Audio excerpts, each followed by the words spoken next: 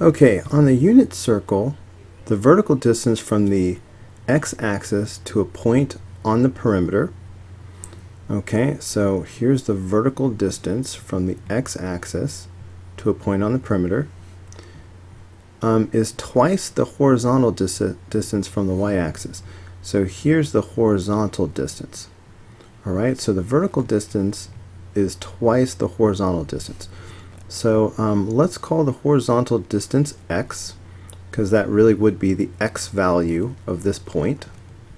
Okay, like if this is the point x comma y, this would be the x value. Now they're telling us that the vertical distance is twice this. So the vertical distance would be 2x.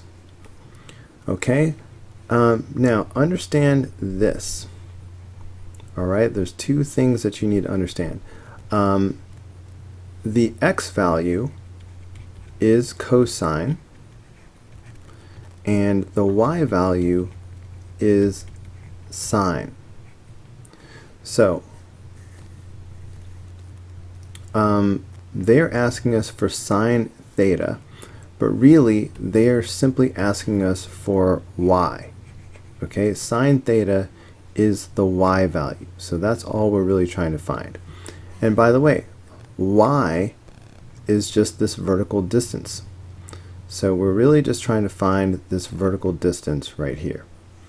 But we have to start by finding x. And then whatever x is, we'll double it, and then that'll be y. So here we go.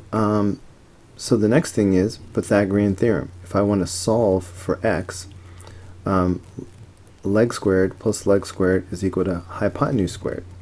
So that means x squared plus 2x squared is equal to 1 squared. So that'll be x squared, and if I square this, this will be 4x squared, and 1 squared is still 1. Now these are like terms. This is like 1x squared plus 4x squared, so that's 5x squared is equal to 1. Dividing both sides by 5, I get x squared is equal to 1/5. Next, I need to take the square root of both sides. Normally, I'd say plus or minus right now, but x is a distance, so it has to be positive. Okay, so this is going to give me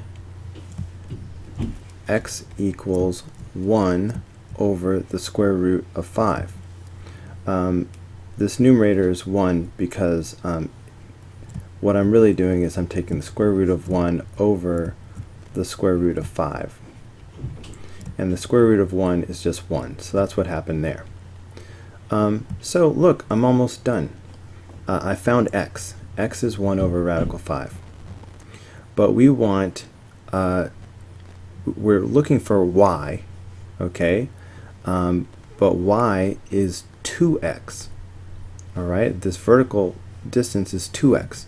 So I need to double this. Alright, so that means 2x would equal 2 times 1 over radical 5, which is simply 2 over radical 5. Now at this point, hopefully you won't mind if I go ahead and put y in here, because do you understand that the 2x is the vertical distance, and that's what y is. So now we know that y is 2 over radical 5. Now, if I happen to see that as one of my choices, I would stop. But since I don't see it, I'm thinking that they probably rationalized the denominator. So let's keep going. You rationalize the denominator by doing radical 5 times the top and the bottom. So that's going to give me 2 radical 5 over 5. Whenever you multiply a radical by itself, the number comes out. The reason why is because this is really radical 25, which becomes 5. Alright, now instead of writing y, I'm going to go ahead and put sine theta, because after all, that is what they actually asked me to find in the very beginning. They asked me to find sine theta, but I immediately knew that that was the same thing as the y value, which is why we found the vertical distance in the first place.